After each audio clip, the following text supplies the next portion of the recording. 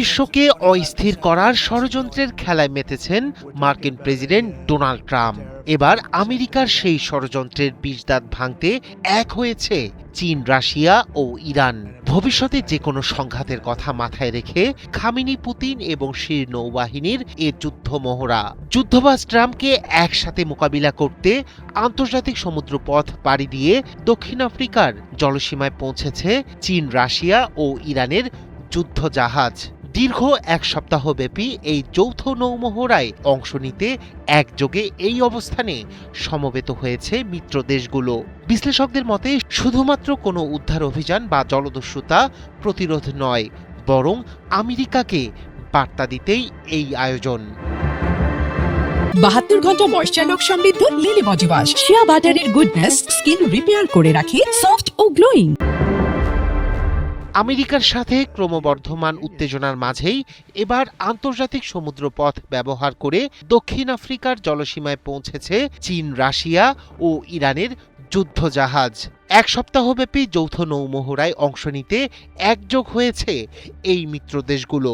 স্থানীয় সময় শুক্রবার কাতার ভিত্তিক সংবাদ মাধ্যম আল জাজিরার প্রতিবেদনে বলা হয়, এই মহড়া এমন এক জটিল সময়ে অনুষ্ঠিত হচ্ছে যখন ট্রাম্পের ভেনেজুয়েলায় সামরিক হস্তক্ষেপ এবং একাধিক তেল ট্যাঙ্কার জব্দকে ঘিরে আন্তর্জাতিক অঙ্গনে বিরাজ করছে তীব্র উত্তেজনা।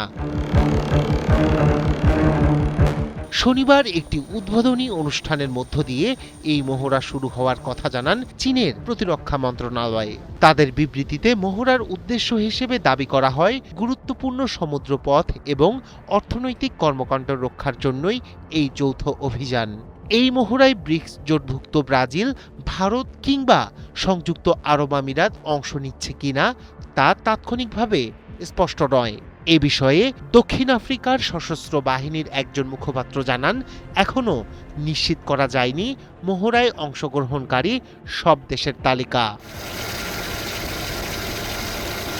এই নৌমহড়াটি এমন এক প্রেক্ষাপটে অনুষ্ঠিত হচ্ছে যখন মার্কিন সামরিক বাহিনী গেল শনিবার ভেনেজুয়েলার রাজধানী কারাকাসে হামলা চালিয়ে দেশটির প্রেসিডেন্ট নিকোলাস মাদুরোকে অপহরণ করেছে।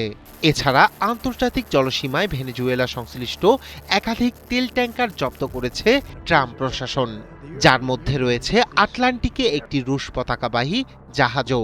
ওয়াশিংটনের দাবি, মার্কিন নিষেধাজ্ঞা লঙ্ঘন করেছিল ওই জাহাজটি। ফলে তেল বাণিজ্য নিয়ে বেশ বিপাকে পড়েছে রাশিয়া ও তার মিত্র দেশগুলো।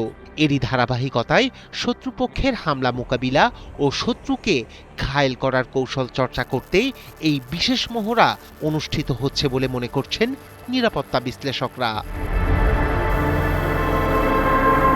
যদিও মহড়ায় অংশগ্রহণকারী দেশগুলো বলছে, আন্তর্জাতিক সমুদ্র বাণিজ্য রুটের নিরাপত্তা শক্তিশালী করা, জলদস্যু ও সামুদ্রিক সন্ত্রাসবাদ প্রতিহত করা, সাগরে উদ্ধার অভিযান চালানোর ব্যাপারে তথ্য বিনিময় এবং ট্যাকটিক্যাল ও অপারেশনাল অভিজ্ঞতা বিনিময় ছিল এই যৌথ নৌমহড়ার অন্যতম উদ্দেশ্য।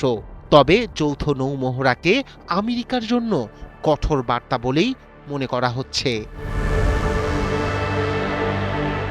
রায়হান কবির, শুভ্র, ৭১।